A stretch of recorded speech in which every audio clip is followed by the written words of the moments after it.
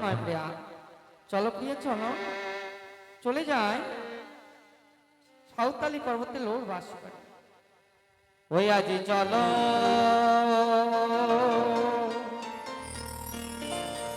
চলো সুবদনী হে, আরে চলো চলো সুবদনী হে।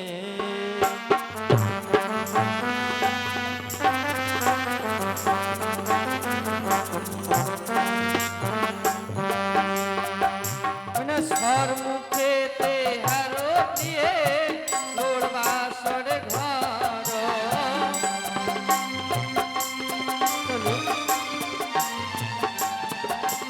সর মুখেতে হারো দিয়ে লোর বাসর ঘর।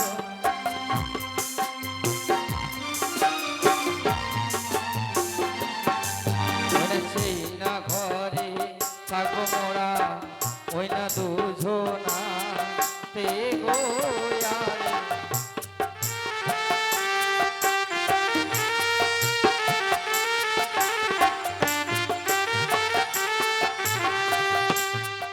কে গো বলো? ওই যে দেখা যায় সম্মুখে লোর বাসর ঘর, চলো এর মুহূর্তে লোর বাসর ঘরে প্রবেশ করি। বেশ, তাই চলো। ওই না 22 কবি পদ্ম পুরাণ বন্দি বিশ্বহরি,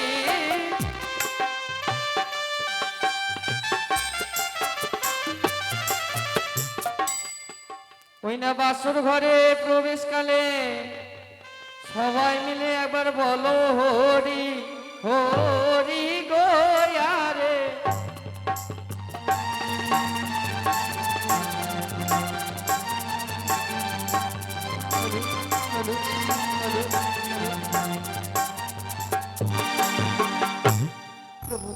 দেখো এই যে আমাদের লোর বাসর ঘর, এখানে থাকতে হবে একটি নিশি।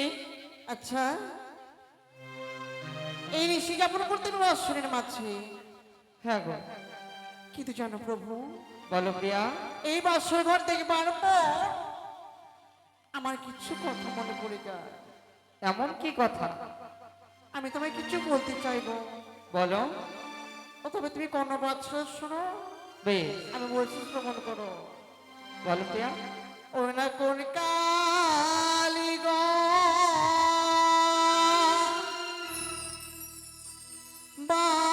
বানালো প্রাণনা,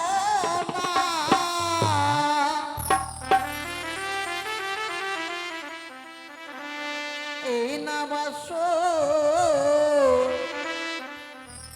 ঘর গো প্রাণনা।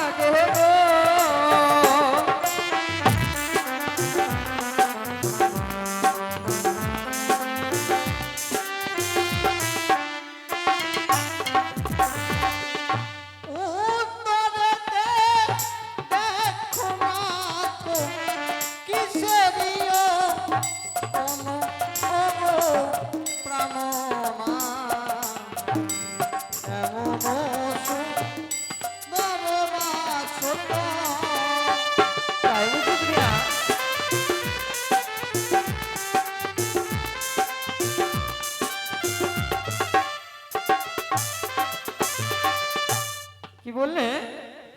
ওই উত্তর দেখো না কত সুন্দর অঙ্কিত। ও, উত্তর দিকে এমন কি অঙ্কিত করা রয়েছে তুমি বুঝতে পারছো না? আমি বুঝতে পারছি না। শোনো গো, শোনো বলি তোমায়। ওই না উত্তর দিকে আছে প্রিয়া, ওই না হিমালয় কত গো বেহুলা, দেখিতে সুন্দর লাগে গো। হ্যাঁ গো।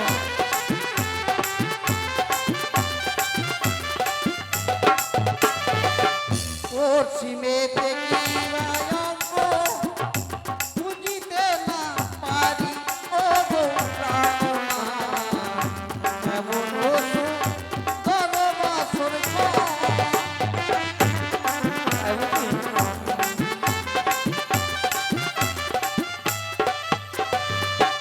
পশ্চিম দিকে আছে প্রিয়া, কানন বিন্দা মন গো বেহুলা, দেখিতে সুন্দর লাগে গো। তাই হ্যাঁ গো।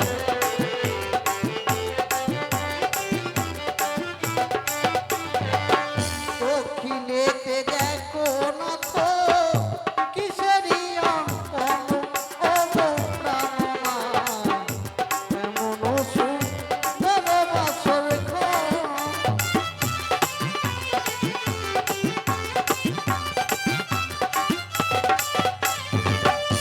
কি বললে তুমি? ওই দক্ষিণে এমন একটা অঙ্কিত করে রয়েছে, এই দক্ষিণে? যার চিত্রকার আমি বুঝতে পারছি না প্রভু। দক্ষিণ দিকে অঙ্কিত করা রয়েছে আমাদের সেই গঙ্গা ভাগীরা। আচ্ছা, হ্যাঁ গো, একে একে চতুর্দিকে অঙ্কিত করা রয়েছে। তবে প্রিয়া, সকল দেবতার অঙ্কিত করে রয়েছে। হ্যাঁ তবে শোনো, বলো। তাকে আমার সম্মুখে পেলে আমার গত অলঙ্কার সকলকে আমি সাজিয়ে দিতাম। তাই বুঝি? হ্যাঁ, শোনো গো শোনো, দেবশিল্পী বিশ্বকর্মা এই ঘরখানা নির্মাণ করেছে। আমার পিতৃদেব অনেক তপস্যা করে, অনেক সাধনা করে তাকে মক্ষ আনায়ন করে নির্মাণ করেছে আমাদের যুগলের জন্য এই লোর বাসর ঘরখানা। তবে প্রিয়া, আমরা তো তাকে কিছু দিতে পারবো না, কিন্তু হ্যাঁ তার চরণে প্রণাম জানাইতে পারি গো। বেশ, এই বাসন হইতে তাদের জন্য প্রণাম জানালাম গো প্রভু। শোনো বেহুলা, একটি নিশি আমাদেরকে এই বাসর ঘরে কাটাতে হবে। তোমার কাছে কি কোনো উপায় রয়েছে? উপায়? ওগো, আমি যখন পিকনিক গিয়েছিলাম সপ্ত সুখী মিলে আমরা ধুলো খেলা খেলতাম গো। হ্যাঁ, তাই এই নিশি যাপন করবার জন্য তুমি আমি দুপুরে ধুলো খেলা খেলবো। এ কি বললে প্রিয়া? আমাদের ধুলো খেলার সময় এখন আর নেই। তাই আমরা ধুলো খেলা খেলবো না। আমি শুনেছি আমাদের বণিকের নীতি বিবাহ রাত্রে নাকি খেলে পাশা খেলা। তাই তুমি আর আমি লুডো বাসর ঘরে খেলবো পাশা খেলা। পাশা খেলা? হ্যাঁ গো। ওগো, পাশা কি দিয়ে খেলি? ও, এই পাশা কড়ি দিয়ে খেলে।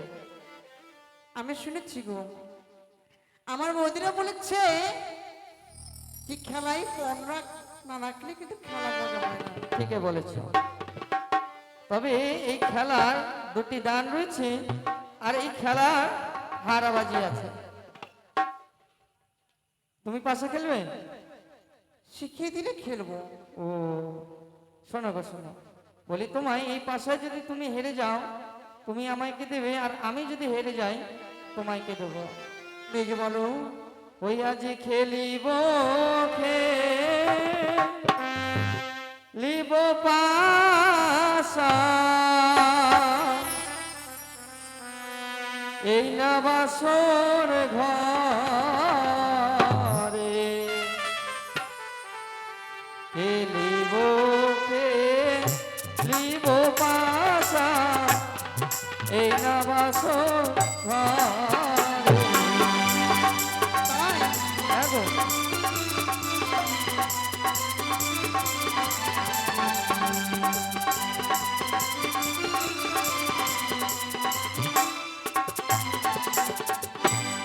না খেলিব না খেলিব এই না পাশা খেলা,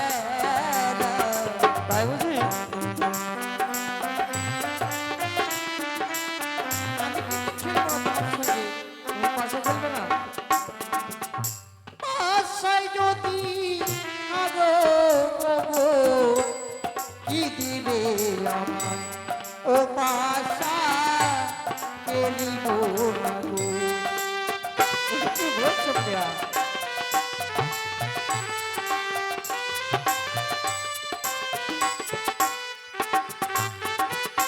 এই পাশা খেলায় যদি আমি হেরে যাই তোমায় কি দেবো জানো? কি গো? শোনো গো, আমি যদি হারি পাশায় দেব অলংকার।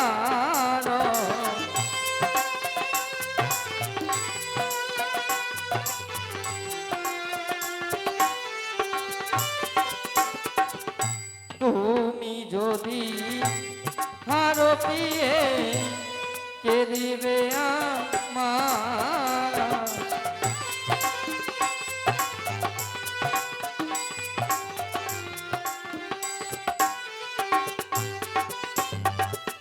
এই পাশা খেলায় আমি যদি হেরে যাই তোমাকে যত অস্ত্র অলংকার লাগে আমি দেব।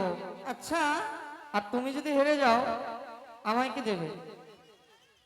ওগো, আমি হেরে গেলে কি দেবো? হ্যাঁ, শোনো গো প্রভু, দেবার মতো কি বাজাচ্ছে আমার কাছে? আমার অঙ্গ থেকে যা তোমার পছন্দ হবে হ্যাঁ, তুমি চেয়ে নেবে, আমি তোমাকে তাই দেবো। তাই বুঝি? তবে বেশ, বিলম্ব নাই, এসো আমরা পাশা খেলি। এসো। ওই নাই দানো খেলি পাশা ভোলে নাথের নামে। জয় শিব শম্ভু।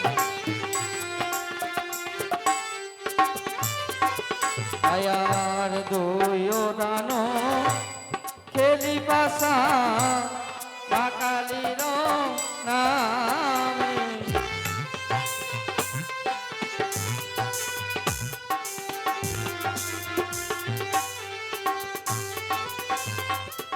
তিন দানো চালি পাশা ধর্মদেবের নামে।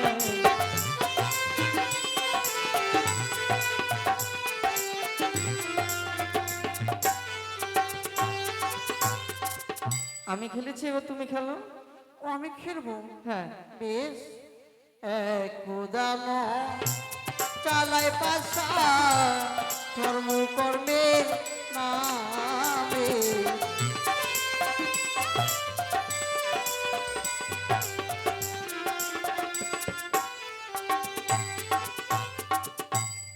এক দানো দুই দানো দানো পঞ্চ হলো।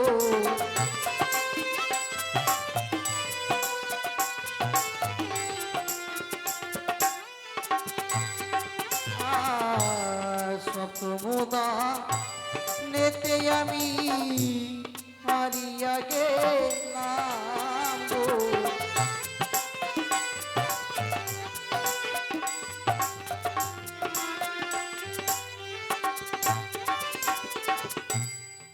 ওগো, বলে গো। আমরা যুগলে খেলেছি খেলা, হ্যাঁ, এবার বলো কি এই খেলার মাঝে হেরে গেছে কি জিতে গেছে? এই খেলার মাঝে তুমি হেরে গিয়েছো, আর আমি এই খেলায় হয়েছি পরাজয়। ও, তাই বলো? তুমি এই খেলা জিতে গেছো, আমি হেরে গেছি, হ্যাঁ গো। তাই শর্ত অনুযায়ী তুমি আমার কাছে কি চাও? তোমার কাছে কি চাই? তোমার গলে দেখি একখানি গজমতির হার, সেই হার পরে বেড়েছে তোমার রূপের বাহার। আমি তোমার কাছে চাই সুরত শৃঙ্গার। এর অর্থ? এর অর্থাৎ বুঝতে পারোনি? ওই আমায় প্রেম দাও, প্রেম প্রিয়সী গো। ও আমায়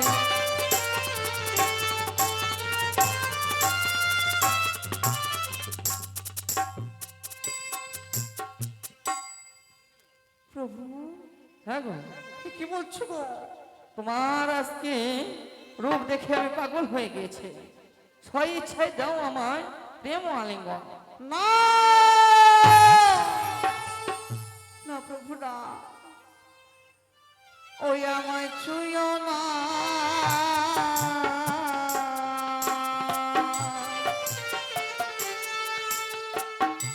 নাথ গো,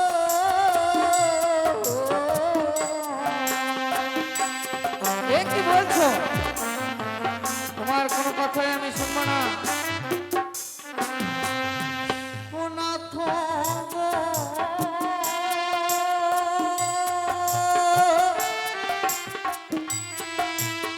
ও, ও, তাই বলছি। ও প্রাণে নাথ গো, বলছি ধরে দাও। ও গো আমি যে বলা নারী,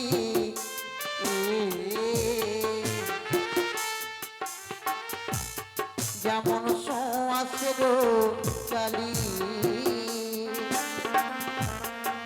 ওই তোমার পদ ভাড়া করিতে না পারি। কি বলছো ওলা? হ্যাঁ গো, তাই বুঝি? শোনো গো শোনো, বলি তোমায়। ও যেমন নারী জাতি চারি প্রকার গো, দিয়ে সর্বশাস্ত্রে কয়, ওই না নারী জাতি ও বেহুলা মোটে ছোট নয় আমার। কি বলছো? হ্যাঁ গো, না। কাঁচা ডালি খেলে না তো, ওই নাম জিভায় লাগে ও গো পাকিয়ে খেলে ডালি মুখে ভরা। তাই বুঝি?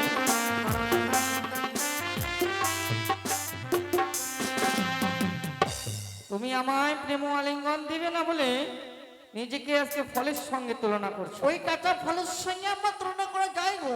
তাই বুঝি? হ্যাঁ শোনো গো, বলি তোমায়। বলো, এই দুনিয়ায় এমন ফল রয়েছে কাঁচাতে খেলে অনেক সুস্বাদু লাগে, জানো? এ কি বলছো? হ্যাঁ, এমন কি ফল আছে বলো? বলি শোনো। যেমন কাঁচা নারী কাঁচা নারকেল গো, বেহুলা কাঁচা গুয়া পা, ওই না এসব ধর্ম ছেলে লাগে মধুর সমান আমায়। কি বলছো? হ্যাঁ, তবে শোনো, এই মাসে তো আমি আলিঙ্গন দিতে পারি, কিন্তু আমার কিছু কথা রয়েছে। এমন কি কথা? তুমি বড় সরস, প্রভু আমি ভালো জানি,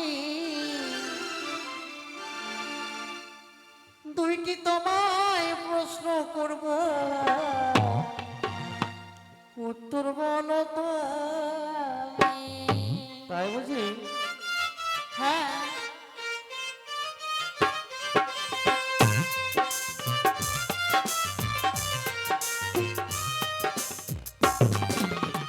জবা ফুল জন্ম না তো কোথা থেকে হলো, সেই ফুলে সর্বপ্রথম কার পুজো হলো।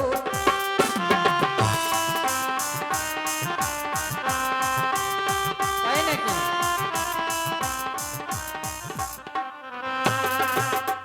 এই প্রশ্নে হ্যাঁ, যদি তুমি উত্তর দিতে পারো আচ্ছা। তবে আলিঙ্গন দেবো, ফুলের আবার জন্ম নইলে হয়? কিন্তু দেবো না। জবা ফুলের জন্ম, হ্যাঁ মনে পড়েছে। মা কালীর জিবা হইতে রক্ত পড়েছিল, তাহা থেকে জবা ফুল জন্ম হয়েছিল। কি বলছো? হ্যাঁ গো।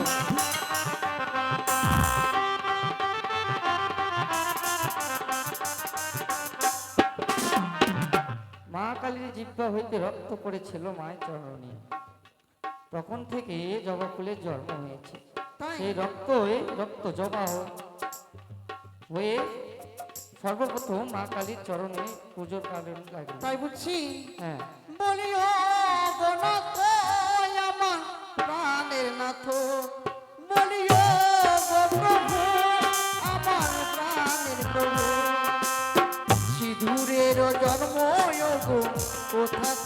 হলো সর্বপ্রথমে সিঁদুর কে পড়েছিল?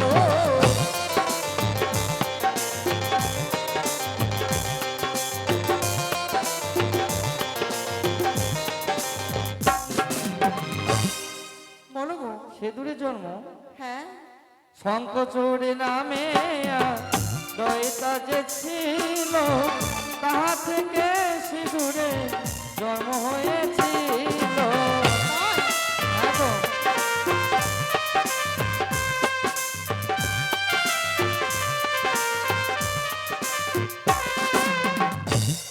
কি বললি? শঙ্কচূড় তার মাথা যখন কেটে দিয়েছিল, হ্যাঁ, এক বিন্দু রক্ত পড়েছিল মাটিতে। সেই রক্ত সেই রক্ত বসুমাতা নিজে গাভীর রূপ ধারণ করে তার মস্তকে পরিধান করেছিলেন। তাই? হ্যাঁ, বেশ, তখন থেকে সেদুরের জন্ম হয়েছিল। তাই তাহলে তোমার প্রশ্নের উত্তর দিয়েছি আমি, তাহলে প্রেম আলিঙ্গন দাও আমার। না প্রভু না, হ্যাঁ। আর আমি তোমার আলিঙ্গন দিতে পারবো না। কেন? শোনো প্রভু,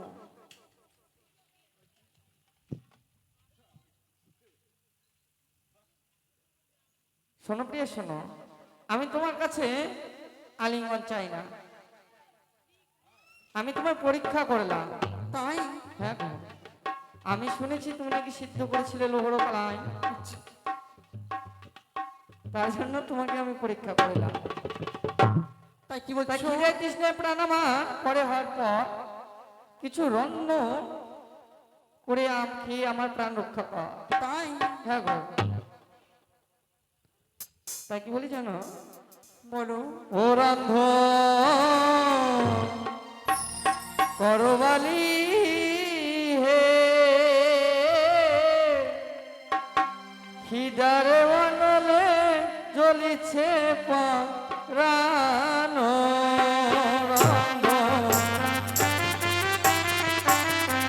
বুঝছো? হ্যাঁ।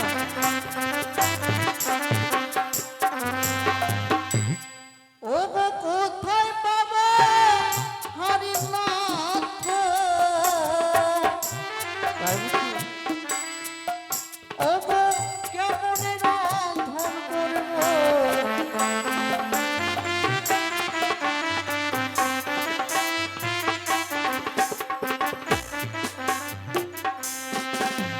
ও তুমি উপায় পাচ্ছ না?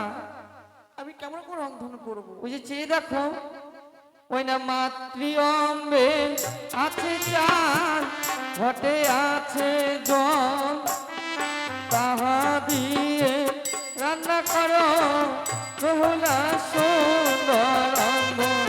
তাই গো? হ্যাঁ গো।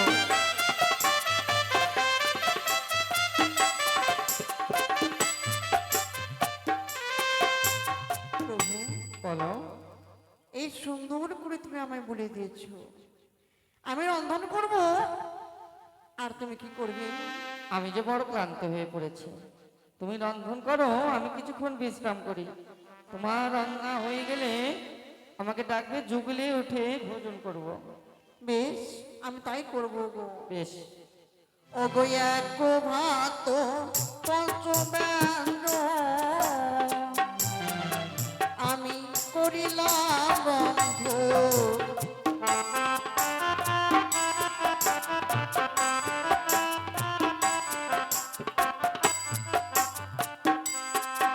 ওই না ঘুমিয়ে পড়েছে স্বামী আমার বরিকের নন্দ।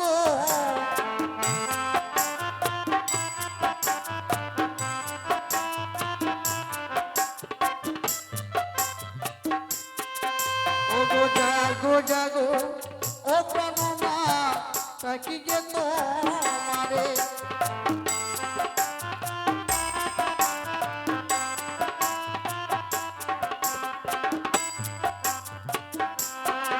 ও গো একবার উঠে বড় বছর নন্দন করি আমি যে।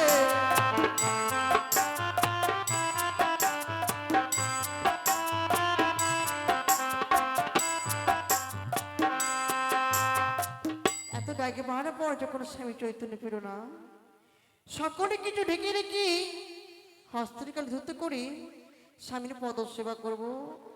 যখন চৈতন্য পাবি আমার স্বামীকে ভোজন করাবো গো। জয় মা মনসা দেবী জয়।